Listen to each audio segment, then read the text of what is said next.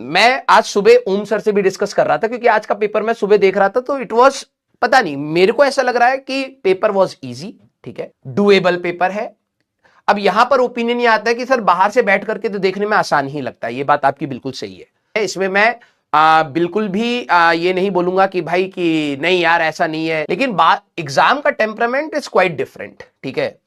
आज ही मैं शाम को अभी क्लास लेने से पहले एक बच्चे का पढ़ रहा था, बच्ची का पढ़ रहा था, मैंने रिस्पॉन्ड तो नहीं किया है, लेकिन उसने कहा कि सर एग्जाम में और बल्कि मैंने लक्ष्य वालों को बता करके, जेई मेंस जब से स्टार्ट हुआ था 2 दिन पहले मैं लाइव स्पेसिफिकली गया था और बच्चों को बोला था कि इस तरीके से पेपर मत देना, ठीक है, फंस जाओगे और पूरी मेहनत बर्बाद हो जाएगी। और मैं आपको ये क्यों कह रहा हूं, क्योंकि मे भी शायद उन बच्चों को जिन बच्चों को ये इंफॉर्मेशन मिली कि पेपर कैसे दिया जाता है, काफी देर मिली, मे भी शायद वो उसको अडेप्ट नहीं कर पाए, या जो भी कहानी है मे भी शायद उन्होंने डिस्कार्ड कर दिया मेरी बात को, ठीक है। मेरे को उसका दुख नहीं है, लेकिन मेरे को दुख ये है कि अगर सुना होता तो शायद थोड़ा बेटर होता। तो मैं आप लोगों को यह बताना चाह रहा हूं कि उन्होंने कुछ बच्चों ने मेरे को बोला कि सर हम उतना परफॉर्म नहीं कर पाए जितना हम सोच रहे थे, ठीक है, बच्चों से होने चाहिए थे।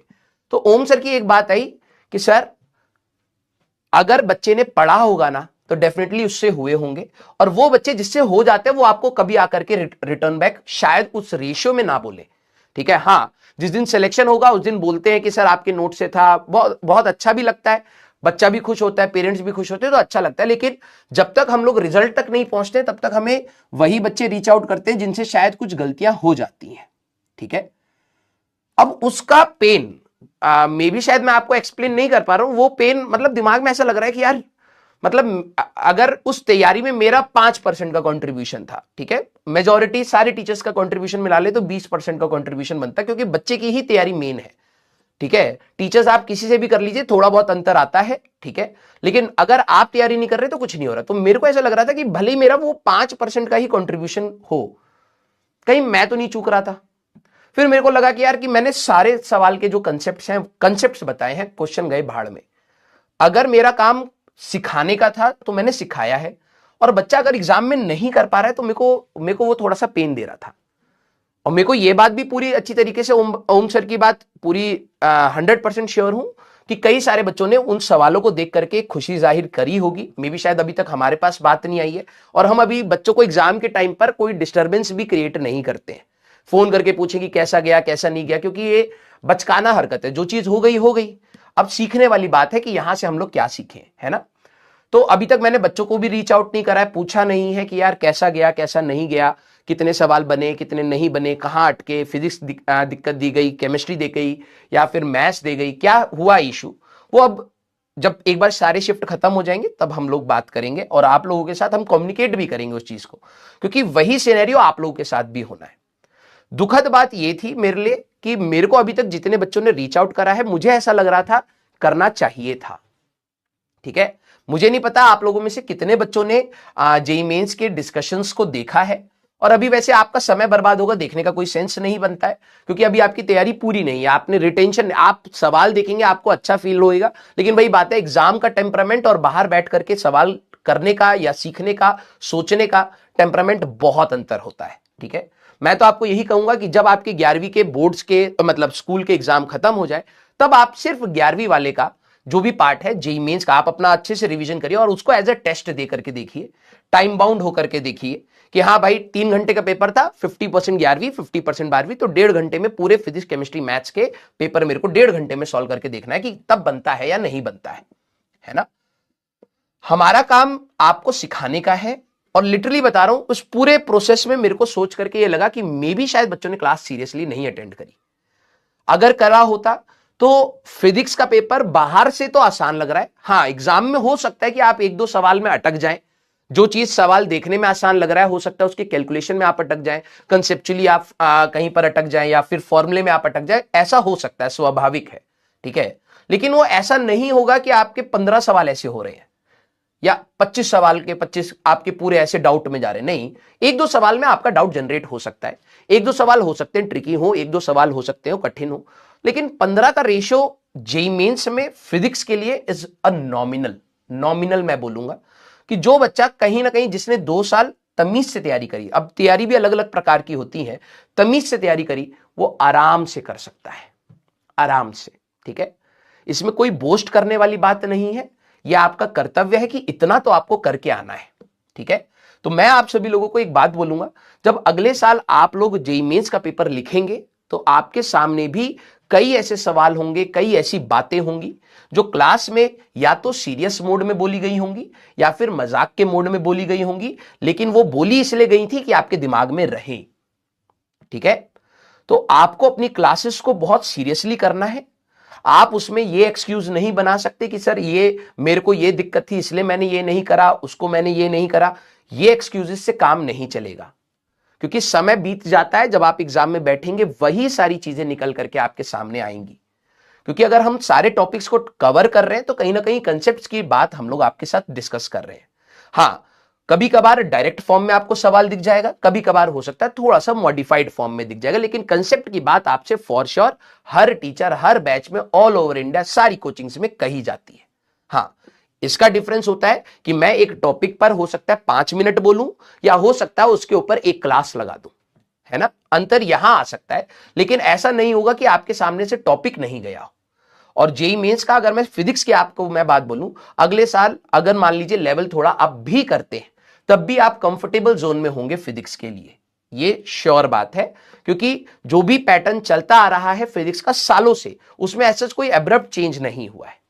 अब बच्चों का मैसेज देख करके हमें दुख होता है, ऐसा लगता है कि काश इसने लेक्चर सही से सीरियसली देखा हो। जब मैं क्वेश्चन देख रहा था मेरे को लग रहा था यार ये चीज बताई थी, काश बच्चे ने उस समय शायद उस चीज को ध्यान से सुना हो। तो खुद को बुरा लग रहा था, क्योंकि एक साइड से ये फीलिंग आती है कि यार ये तो बताया था, ये बच्चे ने सुना था या नहीं सुना था, ये याद था या नहीं था, इसका उसने सोच लिया होगा या नहीं सोच लिया होगा, ये डाउट हमारे पास आ रहे हैं। और एक साइड से कुछ कुछ बच्चों के मैसेज आ रहे हैं कि सर मैं शायद उतना परफॉर्म नहीं कर पाया, नहीं कर पाई। और मैं किसी को ब्लेम नहीं कर रहा हूं, मैं उनको किसी तरीके से नीचा नहीं दिखा रहा हूं, क्योंकि अगली बारी आपकी है। तो उनके स्ट्रगल स्टोरी से अगर हम कुछ सीख सकें तो वो हमें सीखना चाहिए। और मैं अपने स्टूडेंट्स को यही बात बोलूंगा कि आगे आने वाला एग्जाम अब आपका होने वाला है, वही सेम टेम्परामेंट में आप लोग जाने चाहिए और आप अपने टेस्ट को सीरियसली लीजिए। कुछ चीजें इस तैयारी में बाद में होती हैं, कुछ चीजें तैयारी में पहले करी जाती हैं।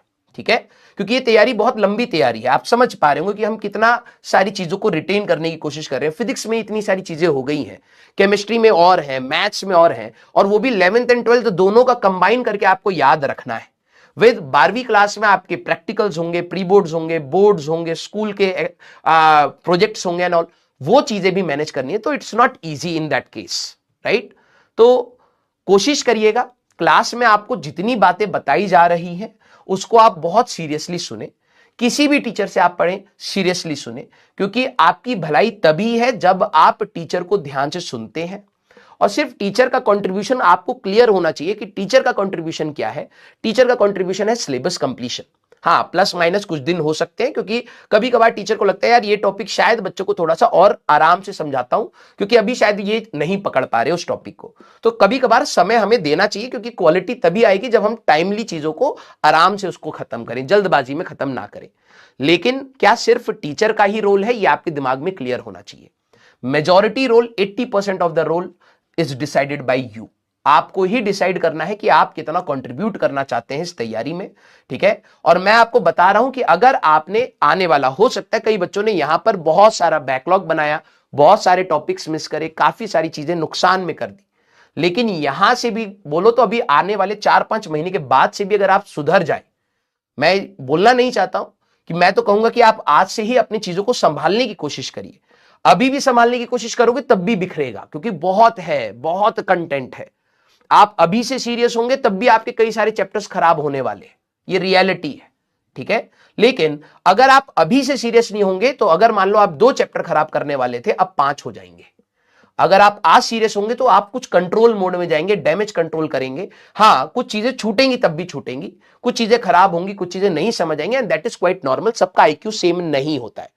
जब हम भी तैयारी करते थे, कई आज मैं फिजिक्स पढ़ाता हूं तो मेरे को लगता है यार कि ये चीज तो आ जानी चाहिए थी, लेकिन ठीक है, उस एज पर इतना नहीं सोच पा रहे थे तो कोई दिक्कत नहीं है। लेकिन जो चीज आप कर पाए वो ईमानदारी से करिए, उसमें आपकी कोई कमी नहीं रहनी चाहिए। और बाद में इस पूरे प्रोसेस में मैं लिटरली बता रहा हूं, ठीक है, हमारे पीडब्ल्यू के बैचेस, क्योंकि मैंने बहुत जगह तो नहीं पढ़ाया है टू बी वेरी ट्रू, कुछ टाइम के लिए मैंने ऑफलाइन पढ़ाया, फिर मैं गवर्नमेंट जॉब में चला गया था, फिर मैंने ऑनलाइन पढ़ाया। मेरे इंडस्ट्री में बहुत सारे दोस्त नहीं है, ठीक है, जो भी बने हैं पीडब्ल्यू में थोड़े बहुत बने हैं, थोड़े बहुत पुराने ऑफलाइन के थे। लेकिन मैं आपको हर जगह की ये बात बता रहा हूं, टीचर अपना बेस्ट देता है, बात होती है बच्चे का डिफरेंस कहां आ रहा है। तो आप लोग प्लीज कोशिश करिएगा कि आप जैसे भी पढ़े अच्छे से पढ़े, ठीक है, क्योंकि सारी की सारी रिस्पॉन्सिबिलिटी कहीं ना कहीं आप ही के ऊपर आएगी, ठीक है। तो आई होप मैं अपना पॉइंट क्लियर करवा पा रहा हूं कि क्लास की पढ़ाई हुई चीजें ही आपको एग्जाम में मिलेंगी। अगर आपने इतना भी कर लिया कि क्लास के नोट्स आपको समझ, कुछ बच्चे क्या करते हैं, रट लेते हैं, रटना नहीं है, समझना है। मैं अगर 20 सवाल करा रहा हूं, उसमें से 15 भी समझेगा, समझ करके करेगा, मैं लिटरली बता रहा हूं, तेरे को एग्जाम में डर नहीं लगेगा। तो कोशिश ये करनी है कि हम लोग क्लास को समझें रेदर देन रटने के मोड में आ जाए। हम वैरायटीज को टच करने की क्लास में ही कोशिश करते हैं कि हर प्रकार की वैरायटीज आपके सामने आ जाए। मेजॉरिटी जितनी है, पूरी दुनिया के तो सवाल कोई भी टीचर नहीं करा सकता, ऑब्वियस सी बात है, लेकिन यस, इतना थॉट प्रोसेस हम इन लेक्चर्स में इनिशिएट कर लें कि इसके बाद आप खुद से काबिल हो जाएं कि आप आगे के सवाल लगा लें। तो आपका वो प्रैक्टिस जोन वाला जो टाइम है, वो आपका पर्सनल टाइम है, जितना इन्वेस्ट करोगे उतना बेहतर रहेगा। और डेफिनेटली आपको क्लासेस से पढ़ाई हुई चीजें टीचर्स की आपको एग्जाम में मिलेंगी, फॉर श्योर मिलेंगी। लेकिन बस बात यह है, उस दिन ऐसा ना हो कि आपको क्वेश्चन देखने के बाद यह रियलाइज हो रहा हो कि काश मैंने कर लिया होता, ठीक है। तो मेरे को यह चीज बोलनी थी कि आप लोग एटलीस्ट अभी से अपने एफर्ट्स को लगाइए। ऐसा ना हो कि अगले साल जब आपका एग्जाम हो तो आप भी उसी जोन में जाकर के कह रहे हो कि सर मैं इतने सवाल लगा सकता था या इतने सवाल लगा सकती थी, नहीं हो पाया। क्लियर? चीजें आपको क्लास से ही मिलेंगी। और लिटरली बता रहा हूं, जब आपको जेईई मेंस के क्वेश्चंस का जब एक बार आ जाने दीजिए, मैं आपको शेयर करूंगा, आप खुद से जज कर लीजिएगा। आप खुद से जज कर लीजिएगा कि क्या वो चीजें बताई गई हैं या नहीं बताई गई हैं, पहली चीज। दूसरी चीज, क्या उसका कंसेप्ट अगर आपको बताया गया है, वो जज करना बहुत जरूरी है, क्या आप उसका आंसर तक पहुंच रहे हैं या नहीं पहुंच रहे हैं। हां, हो सकता है कभी कभार गलत करके पहुंचे, एक दो बार आपने ट्राई करा फिर पहुंचे, लेकिन आंसर तक पहुंचना इज मेन टारगेट, वो आपको करना बहुत जरूरी है। क्लियर? यस। हां, तो आराम से बेटा इस तैयारी को आराम से करिए। नो डाउट चीजें बहुत सारी हैं, लेकिन डुएबल होती हैं। मैं पेपर को देख करके मैं बार बार यही सोच रहा हूं कि ये पेपर डुएबल है, डुएबल है, डुएबल है, लेकिन बच्चों का रेस्पॉन्स मे भी शायद ऐसा आता है कि फिर फील होता है। लेकिन ये भी बात फॉर श्योर है, जब रिजल्ट आएगा आप देखोगे कि बहुत अच्छा सिलेक्शन भी हो रहा है, ठीक है। क्योंकि वो बच्चे क्या करते हैं, अभी वो जैसी पेपर खत्म होगा वो अपने बोर्ड्स में लग गए होंगे, वो उन्होंने कोई कम्युनिकेशन नहीं करा हम लोगों के साथ, ठीक है। हाँ, जब एक बार रिजल्ट आएगा तो वो बच्चे बताते हैं कि सर हमारा ये रिजल्ट था, हम लक्ष्य से थे, हम प्रयास से थे, हमारा ये रिजल्ट है। तो हमें भी पता लगता है, हमें भी अच्छा लगता है।